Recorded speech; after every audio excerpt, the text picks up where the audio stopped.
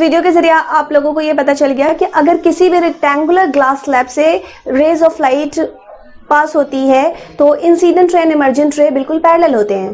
ठीक है, उनके बीच में कुछ लैटरल शिफ्ट होता है लेकिन वो पैरेलल होते हैं। ठीक, लेकिन अगर कोई ग्लास प्रिज्म से कोई लाइट रेज पास होती है तो इंसिडेंट रे और इमर्जेंट रे दोनों कभी भी पैरेलल नहीं होती है। क्यों नहीं पैरेलल होती? क्योंकि रेक्टेंगुलर ग्लास स्लैब का जो शेप है वो पैरेलल पाइप था और उसमें हर एक साइड एक दूसरे के बिल्कुल पैरेलल है।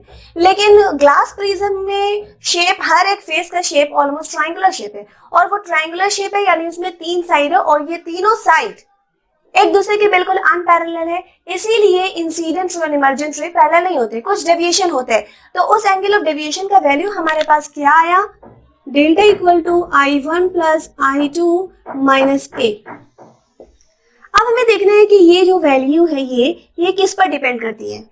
एंगल ऑफ डेविएशन, यानी कोई भी रे जो डेविएट हो रही है जिस एंगल से, या फिर किसी भी इंसिडेंट रे का डेविएशन किन किन फैक्टर्स पर डिपेंड करता है। तो आपको इस एक्सप्रेशन से पता चल रहा है कि ये I1 पर डिपेंड करती है, I2 पर डिपेंड करती है, A पर डिपेंड करती है। मतलब एंगल ऑफ इंसिडेंस पर डिपेंड करती है, एंगल ऑफ इमर्जेंस पर डिपेंड करती है और एंगल ऑफ प्रिज्म पर डिपेंड करती है। यानी बेसिकली सिर्फ 3 एंगल्स है जिन पे ये डिपेंड करती है। लेकिन एक्चुअली में ऐसा नहीं है।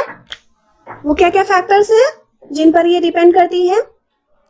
Factors affecting the angle of deviation.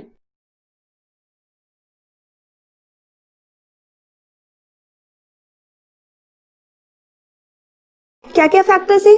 सबसे पहला फैक्टर है एंगल ऑफ इंसिडेंस, जो कि एक्सप्रेशन से ही पता चल रहा है।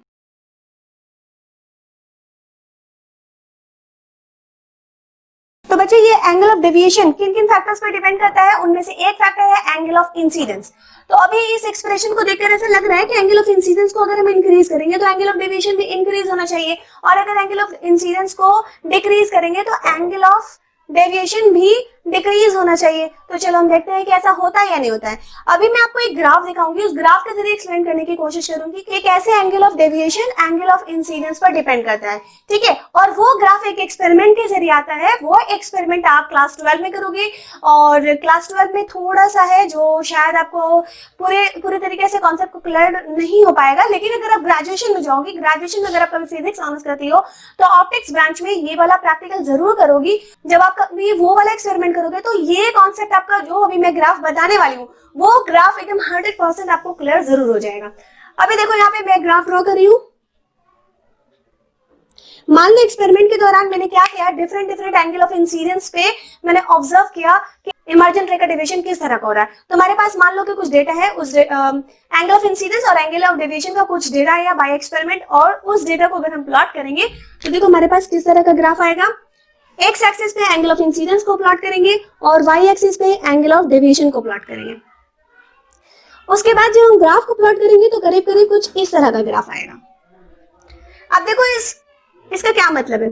सपोज मैंने कोई भी इस ग्राफ के ऊपर मैंने कहीं पर भी एक पॉइंट ले लिया, सपोज कि मैंने ये पॉइंट लिया। देखो इसके कॉरेस्पॉन्डिंग में एंगल ऑफ इंसिडेंस क्या आ रहा,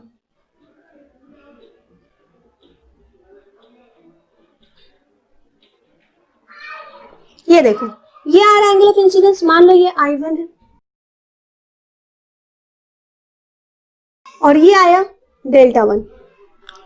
मतलब जब एंगल ऑफ इंसिडेंस I1 है तब उस वक्त एंगल ऑफ डेविएशन क्या है? डेल्टा 1। अब हम एंगल ऑफ इंसिडेंस को इंक्रीज कर रहे हैं, मतलब क्या है? पॉजिटिव, एक्स एक्सिस के पॉजिटिव डायरेक्शन में जा रहे हैं, राइट साइड में जा रहे हैं, यानी एंगल ऑफ इंसिडेंस इंक्रीज कर रहा। ठीक है, इस तरफ जाएंगे, मतलब मान लो कि यहाँ पर कोई एक वैल्यू को मैंने ले लिया। ठीक है, इसके कॉरेस्पॉन्डिंग में आप देखो यहाँ पर आ रहा, इसके कॉरेस्पॉन्डिंग में यहाँ चेक करो, यहाँ पे आ रहा है। मान लो कि आपका ये है I2, तो ये है आपका डेल्टा 2। तो आप देखो जरा, जब मैंने एंगल ऑफ इंसिडेंस को इंक्रीज किया है तो ये एंगल ऑफ डेविएशन डिक्रीज कर रहा है, क्योंकि देखो ना डेल्टा का वैल्यू क्या है? नीचे की तरफ आ गया, और वाई एक्सिस में जब हम ऊपर से नीचे की तरफ आते हैं मतलब वैल्यू घट रहा है, राइट। और एक्स एक्सिस में जब हम लेफ्ट टू राइट जाते हैं इसका मतलब वैल्यू इंक्रीज कर रहा है। तो यहाँ पर देखो angle of incidence left to right जा रहे हूँ मैं, इसका मतलब एंगल ऑफ इंसिडेंस इंक्रीज कर रहा है, लेकिन एंगल ऑफ डेविएशन क्या हो रहा है? डिक्रीज कर रहा है, ऊपर से नीचे पे आने पर डिक्रीज कर रहा है। तो यहाँ से हमें क्या मालूम हुआ? इस एक्सप्रेशन को देखकर क्या लग रहा था कि अगर एंगल ऑफ इंसिडेंस इंक्रीज होता है तो एंगल ऑफ डेविएशन को भी इंक्रीज होना चाहिए, लेकिन ऐसा तो हुआ नहीं। हुआ क्या, एंगल ऑफ इंसिडेंस को इंक्रीज किया मैंने तो एंगल ऑफ डेविएशन क्या हुआ, डिक्रीज हुआ। ये तो अजीब खासियत है। अब देखिए इंक्रीज करते करते क्या हुआ, मैं एक खास वैल्यू पे पहुंच गई, इस वैल्यू पे, ठीक है, इस वैल्यू पे मैं पहुंच गई और इसके कॉरेस्पॉन्डिंग में कुछ वैल्यू आएगा हमारा डेल्टा।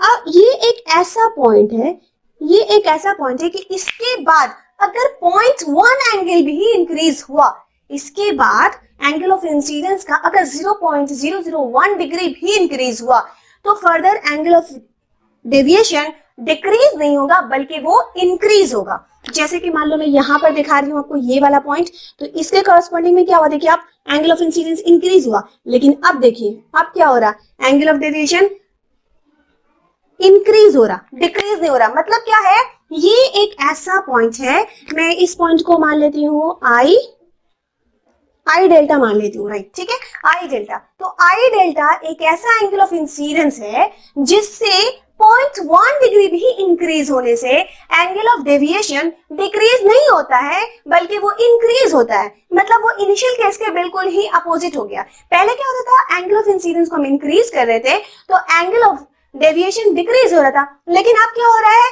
एंगल ऑफ इंसिडेंस को इंक्रीज कर रहे हैं तो एंगल ऑफ डेविएशन डिक्रीज नहीं हो रहा है बल्कि वो क्या हो रहा है, इंक्रीज हो रहा है। इसके कॉरेस्पॉन्डिंग में, ये आई डेल्टा के कॉरेस्पॉन्डिंग में जो एंगल ऑफ डेविएशन आ रहा उसको हम डेल्मीन बोलते हैं और इस डेल्मीन को बोलते हैं मिनिमम डेविएशन। मिनिमम डेविएशन का केस है ये। मिनिमम डेविएशन का क्या मतलब होता है, या फिर मिनिमम एंगल ऑफ डेविएशन किसको बोलते हैं, तो वो खास एंगल ऑफ इंसिडेंस जिसके आगे जरा सा भी एंगल ऑफ इंसिडेंस इंक्रीज करने से एंगल ऑफ डेविएशन घटता नहीं है बल्कि बढ़ जाता है, तो उसी minimum value of angle of deviation को ही हम लोग क्या बोलते हैं, मिनिमम डेविएशन का केस बोलते हैं। तो इस तरह से angle of deviation angle of incidence पर इंक्रीज करता है। लेकिन ये वाला पूरा कॉन्सेप्ट आपको इस एक्सप्रेशन से नहीं समझ आएगा, ये एक्सपेरिमेंटली ऑब्जर्व करके देखा गया। तो लेकिन बच्चों अप टू क्लास 10 तक आपका ये एक्सपेरिमेंट नहीं होगा, आपके स्कूल में शायद ये एक्सपेरिमेंट नहीं कराया जाए। तो ये एक्सपेरिमेंट अगर आपके स्कूल में नहीं कराया जाएगा तो इसके लिए परेशान होने की जरूरत नहीं है, सिर्फ आपको ग्राफ को मेमोराइज करने की जरूरत है, ग्राफ किस तरह का आता है। तो ये वाला रिलेशनशिप आपको खुद ब खुद समझ आ जाएगा और इसको प्रैक्टिकली समझने के लिए आप घर पे एक्सपेरिमेंट कर सकते हो। एक एक्सपेरिमेंट करके मैं आपको दिखाऊंगी। तो स्टूडेंट्स नेक्स्ट फैक्टर क्या है जिस पर एंगल ऑफ डेविएशन डिपेंड करता है, वो है material of the prism.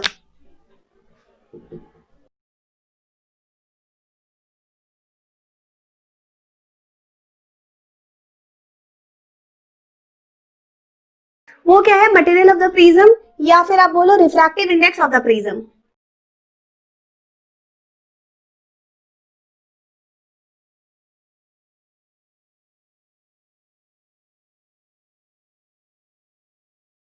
Prism का रिफ्रैक्टिव इंडेक्स, यानी ये angle of deviation refractive index पर भी डिपेंड करता है। रिफ्रैक्टिव इंडेक्स को मैंने किससे दिखाया था, म्यू से दिखाया था ना, म्यू या फिर एन, म्यू या फिर स्मॉल एन से आप रिफ्रैक्टिव इंडेक्स को रिप्रेजेंट कर सकते हो।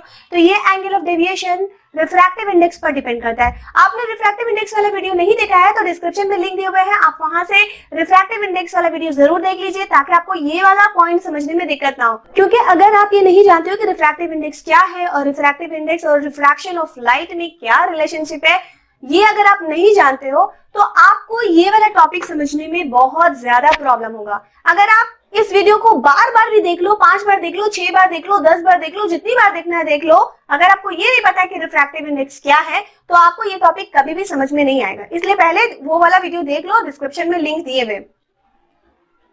Refractive index of the prism, prism के रिफ्रैक्टिव इंडेक्स या फिर मटेरियल, यानी प्रिज्म किस तरह के मटेरियल से मिलकर बना है। तो अभी भी मैंने स्टार्टिंग में ही बताया था कि रिफ्रैक्शन थ्रू ग्लास प्रिज्म, यानी ग्लास प्रिज्म से रिफ्रैक्शन होगा। लाइट रेज का रिफ्रैक्शन किससे होगा, ग्लास प्रिज्म से। तो ग्लास प्रिज्म से ही समझ में आ रहा है कि वो प्रिज्म ग्लास से बना है, लेकिन ग्लास के भी तो बहुत सारे डिफरेंट क्वालिटीज होते हैं ना, तो उन क्वालिटीज की वजह से प्रिज्म का मटेरियल भी डिफरेंट हो जाता है और प्रिज्म के रिफ्रैक्टिव इंडेक्स में भी फर्क आ जाता है।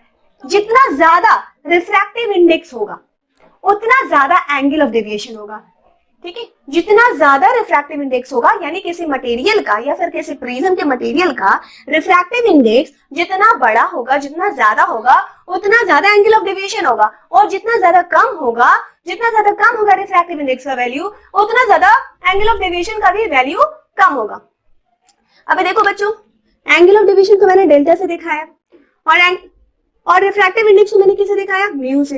ये दोनों डायरेक्ट रिलेशन में, लेकिन एक शर्त है। क्या शर्त है? एंगल ऑफ प्रिज्म को कांस्टेंट रखना है। सपोज कि ये एक प्रिज्म है और इसका रिफ्रैक्टिव इंडेक्स 5 है और इसका एंगल ऑफ प्रिज्म 60 डिग्री है। सपोज कि ये भी एक प्रिज्म है, इसका भी एंगल ऑफ प्रिज्म 60 डिग्री है, लेकिन इसका रिफ्रैक्टिव इंडेक्स 1.6 है। देखो इन दोनों में फर्क है बच्चों, इसका रिफ्रैक्टिव इंडेक्स 1.5 है लेकिन इसका रिफ्रैक्टिव इंडेक्स 1.6 है। तब इन दोनों केस में एंगल ऑफ डेविएशन किसका ज्यादा होगा? कौन से प्रिज्म में एंगल ऑफ डेविएशन ज्यादा होगा? जाहिर सी बात है, इस वाले प्रिज्म में एंगल ऑफ डेविएशन ज्यादा होगा, इस वाले प्रिज्म में एंगल ऑफ डेविएशन होगा लेकिन इसके कंपैरिजन में कम होगा। क्यों कम होगा? क्योंकि इसका रिफ्रैक्टिव इंडेक्स इसके कंपैरिजन में कम है, इसीलिए यहाँ पर रिफ्रैक्टिव इंडेक्स कम है, इसीलिए इस केस में एंगल ऑफ डेविएशन का वैल्यू कम होगा। अभी आपको बहुत अजीब लग रहा होगा कि मैंने आपको ये तो बता दिया कि ये angle of deviation refractive index के डायरेक्टली प्रोपोर्शनल है, यानी कि जितना ज्यादा रिफ्रैक्टिव इंडेक्स का वैल्यू होगा उतना ज्यादा एंगल ऑफ डेविएशन होगा, जितना कम रिफ्रैक्टिव इंडेक्स का वैल्यू होगा उतना कम एंगल ऑफ डेविएशन का वैल्यू होगा। लेकिन कैसे? राइट, ये आपको समझना होगा कि कैसे। तो ये भी आपको नेक्स्ट वाला टॉपिक जब मैं पढ़ाऊंगी उस वक्त मैं आपको बताऊंगी कि लाइट डिफरेंट कलर के वेवलेंथ और रिफ्रैक्टिव इंडेक्स के साथ कैसा रिलेशन है, तो वो आपको और अच्छे से समझ आ जाएगा। इससे पहले वाला जो रिफ्रैक्टिव इंडेक्स वाला वीडियो है, रिफ्रैक्टिव इंडेक्स वाला वीडियो में आपने देखा होगा कि रिफ्रैक्टिव इंडेक्स और वेवलेंथ के साथ कैसा रिलेशनशिप होता है। रिफ्रैक्टिव इंडेक्स और वेवलेंथ इन दोनों के बीच कैसा रिलेशन है, वो रिलेशन आपको नहीं मालूम है तो वो वीडियो जरूर देख लीजिए, वो रिलेशन जान लीजिए कि इनवर्स है या डायरेक्ट रिलेशन है। उसके बाद मैं आपको एक और एक्सप्रेशन बताऊंगी जिसमें आपको ये पता चलेगा कि एंगल ऑफ डेविएशन और वेवलेंथ के बीच कैसा रिलेशन है। वहीं से आपको ये क्लियर हो जाएगा कि ये एंगल ऑफ डेविएशन म्यू के साथ यानी रिफ्रैक्टिव इंडेक्स के साथ डायरेक्टली प्रोपोर्शनल क्यों है। और अगर उसके बाद भी क्लियर ना हो तो भी कोई दिक्कत की बात नहीं है, आप क्लास 12 में जरूर इस टॉपिक को क्लियर कर लोगे, उसमें भी एक प्रैक्टिकल है, नहीं तो ग्रेजुएशन में। और अगर आपको अभी जानना है तो क्लास 12 के बुक में आप जरूर देख लो, क्लास 12 के फिजिक्स वाला जो बुक है रे ऑप्टिक्स, उसमें देख लो, या फिर आप ग्रेजुएशन का रे ऑप्टिक्स का एक बुक आता है, कोई भी राइटर के बुक देख लो, उसमें इसका एक्सप्लेनेशन आपको मिल जाएगा। उसके बाद अगर आपको कोई दिक्कत होता है तो जरूर आप क्वेश्चन पूछो, मैं उसको एक्सप्लेन करने की कोशिश करूंगी या फिर मैं नेक्स्ट वीडियो में उसको एक्सप्लेन कर दूंगी। स्टूडेंट्स, नेक्स्ट टॉपिक क्या है जो एंगल ऑफ डेविएशन को अफेक्ट करते हैं, वो है एंगल ऑफ प्रिज्म।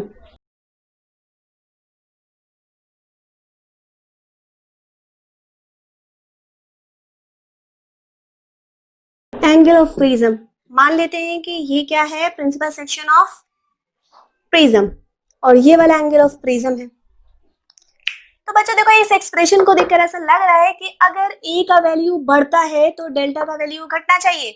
मतलब एंगल ऑफ प्रिज्म जितना ज्यादा होगा एंगल ऑफ डेविएशन उतना ही कम होगा, क्योंकि ये ए जो है यहाँ पर क्या है, नेगेटिव में है। मतलब डेल्टा के एक्सप्रेशन में ए की वैल्यू को i1 प्लस i2 के साथ माइनस कर रहे हैं। इसका मतलब अगर ए का वैल्यू बढ़ रहा है तो डेल्टा का वैल्यू घटना चाहिए, राइट। लेकिन फैक्ट ये नहीं है। फैक्ट क्या है, ये डेल्टा ए के साथ डायरेक्ट प्रोपोर्शन में। ये एक्सप्रेशन जरूर है, एंगल ऑफ डेविएशन निकालने का फॉर्मूला जरूर है, लेकिन एंगल ऑफ डेविएशन इस तरह से इन सारे टर्म्स पर डिपेंड नहीं करते। Angle of deviation angle of prism के साथ भी डायरेक्टली प्रोपोर्शनल में होता है, ये भी एक्सपेरिमेंटली ऑब्जर्व किया गया है। यानी एंगल ऑफ प्रिज्म जितना ज्यादा होगा एंगल ऑफ डेविएशन उतना ज्यादा होगा, एंगल ऑफ प्रिज्म जितना कम होगा एंगल ऑफ डेविएशन उतना ही कम होगा। आपको सिर्फ इस टॉपिक में इतना ही जानना है, ज्यादा डिटेल में जानना है तो आप हायर क्लास के बुक को स्टडी कर लो। क्लास 10 में आपके सिलेबस के अकॉर्डिंग इतनी ही जानकारी आपको रखनी है। अगर आपको ज्यादा जानना है तो आप हायर क्लास के बुक को स्टडी कर लो। उसके बाद कोई भी क्वेश्चन है तो आप कभी भी कमेंट कर दो, मैं उसका आंसर देने की पूरी कोशिश करूंगी। और चौथा टॉपिक क्या है, चौथा टॉपिक है colour of light. Colour of light मैंने आपको बताया कि एंगल ऑफ प्रिज्म से किस लाइट का रिफ्रैक्शन हो रहा है, मोनोक्रोमैटिक लाइट। मोनोक्रोमैटिक लाइट मतलब वो सिंगल कलर का लाइट, सिंगल कलर यानी आफ्टर रिफ्रैक्शन वो कभी भी दो चार डिफरेंट कलर्स में नहीं टूटने वाला है, वही कलर रहेगा, कलर चेंज नहीं होगा। लेकिन हर एक कलर का अपना अलग अलग वेवलेंथ होता है, जितने कलर होंगे उतना ज्यादा डिफरेंट वेवलेंथ होगा। ऐसा नहीं है कि रेड कलर का जो वेवलेंथ है वही वायलेट का भी है, वही येलो का भी है, वही ग्रीन कलर का भी है, ऐसा नहीं है। जितने डिफरेंट कलर्स है उतने ही वेवलेंथ है, उतने ही डिफरेंट वेवलेंथ है। तो ये वेवलेंथ अभी भी मैंने आपको बताया, थोड़ी देर पहले जब मैं पॉइंट नंबर 2 डिस्कस कर रही थी तभी मैंने आपको बताया कि angle of deviation material of the prism यानी म्यू यानी रिफ्रैक्टिव इंडेक्स पर डिपेंड कर रहा है। तो रिफ्रैक्टिव इंडेक्स पर एंगल ऑफ डेविएशन कैसे डिपेंड कर रहा था, डायरेक्टली प्रोपोर्शनल था। यानी किसी भी मटेरियल का रिफ्रैक्टिव इंडेक्स जितना ज्यादा होगा एंगल ऑफ डेविएशन भी ज्यादा होगा, और रिफ्रैक्टिव इंडेक्स जितना कम होगा एंगल ऑफ डेविएशन भी कम होगा। तो फिलहाल यहाँ पे क्वेश्चन है कलर ऑफ लाइट का एंगल ऑफ डेविएशन के साथ कैसा रिलेशन है। तो कलर ऑफ लाइट किससे रिलेटेड है, wavelength of light, wavelength of light पर डिपेंड है। तो मान लो कि वेवलेंथ ऑफ लाइट को मैं किससे दिखा रही हूं, लैम्डा से दिखा रही हूँ, राइट। और ये लैम्डा यानी कि वेवलेंथ और म्यू में कैसा रिलेशनशिप है, अगर आपने नहीं देखा वो वाला वीडियो तो आप वो वीडियो जरूर देख लें कि कैसा रिलेशनशिप है। फिलहाल मैं आपको बता देती हूँ कि लैम्डा और रिफ्रैक्टिव इंडेक्स एक दूसरे के इनवर्स प्रोपोर्शन में होते हैं। यानी किसी भी लाइट का अगर वेवलेंथ ज्यादा होगा तो रिफ्रैक्टिव इंडेक्स कम होगा, और अगर वेवलेंथ कम होगा तो रिफ्रैक्टिव इंडेक्स ज्यादा होगा। वेवलेंथ ज्यादा होगा तो रिफ्रैक्टिव इंडेक्स कम होगा, लेकिन अगर वेवलेंथ कम होगा तो रिफ्रैक्टिव इंडेक्स ज्यादा होगा। इनवर्स रिलेशनशिप है लैम्डा और म्यू में। ये मैं दो कलर का नाम ले रही हूँ, एक वायोलेट और दूसरा रेड। हम जानते हैं कि रेड के पास मैक्सिमम वेवलेंथ होता है,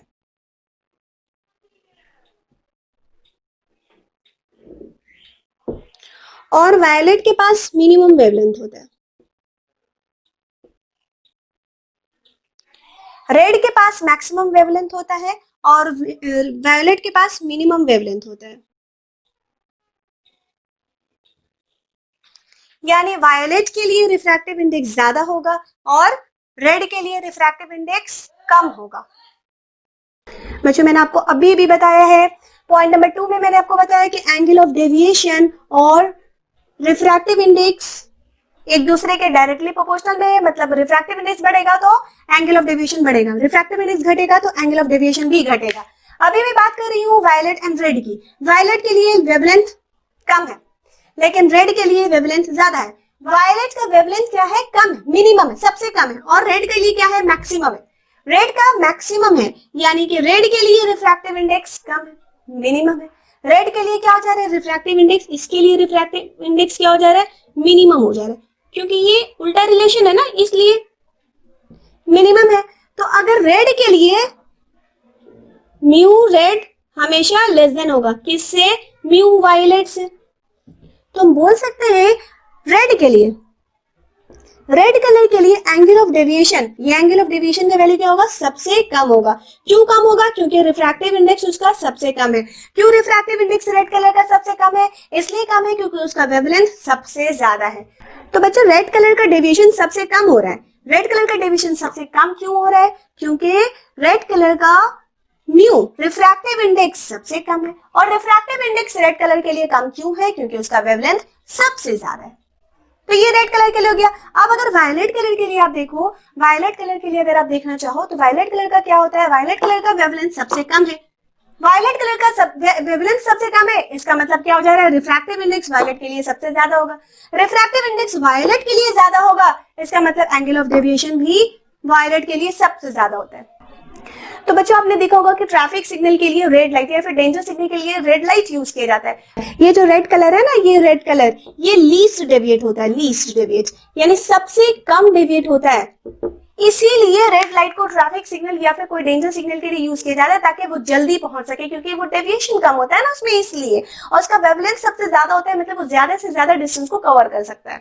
ठीक है बच्चों, तो बच्चों अब तक मैंने आपको ये समझाने की पूरी कोशिश की है कि एंगल ऑफ डेविएशन किन किन फैक्टर्स पर डिपेंड करता है, और ये चारों फैक्टर्स आपको याद रखना है। पहला फैक्टर क्या है? एंगल ऑफ इंसिडेंस, जिसके साथ कैसा रिलेशनशिप है? पहले तो एंगल ऑफ इंसिडेंस को अगर हम इंक्रीज करते हैं तो एंगल ऑफ डेविएशन क्या होता है? डिक्रीज होता है। लेकिन एक particular value of angle of incidence के बाद एंगल ऑफ डेविएशन डिक्रीज नहीं होता, बल्कि क्या होता है? इंक्रीज होता है। दूसरा फैक्टर क्या है? मटेरियल ऑफ द प्रिज्म यानी कि रिफ्रैक्टिव इंडेक्स। तो एंगल ऑफ डेविएशन और रिफ्रैक्टिव इंडेक्स बिल्कुल एक दूसरे के डायरेक्ट प्रोपोर्शन में। तीसरा फैक्टर क्या है? Angle of prism. Angle of prism के साथ भी डायरेक्ट रिलेशन में, मतलब एंगल ऑफ प्रिज्म बढ़ेगा तो डेविएशन भी बढ़ेगा, और अगर एंगल ऑफ प्रिज्म घटेगा तो डेविएशन भी घटेगा। अब देखो चौथा फैक्टर क्या है? कलर ऑफ लाइट, जो कि सबसे ज्यादा इंपॉर्टेंट है। Colour of light, different colour of light के लिए वेवलेंथ भी डिफरेंट होता है। जिसका सबसे ज्यादा वेवलेंथ होगा उसमें सबसे कम डेविएशन होगा, वेवलेंथ ज्यादा होगा तो डेविएशन कम होगा। ये याद रखना अच्छे से। तो बच्चों उम्मीद करती हूँ अब तक आपको सारी चीजें क्लियर हो गए होंगे।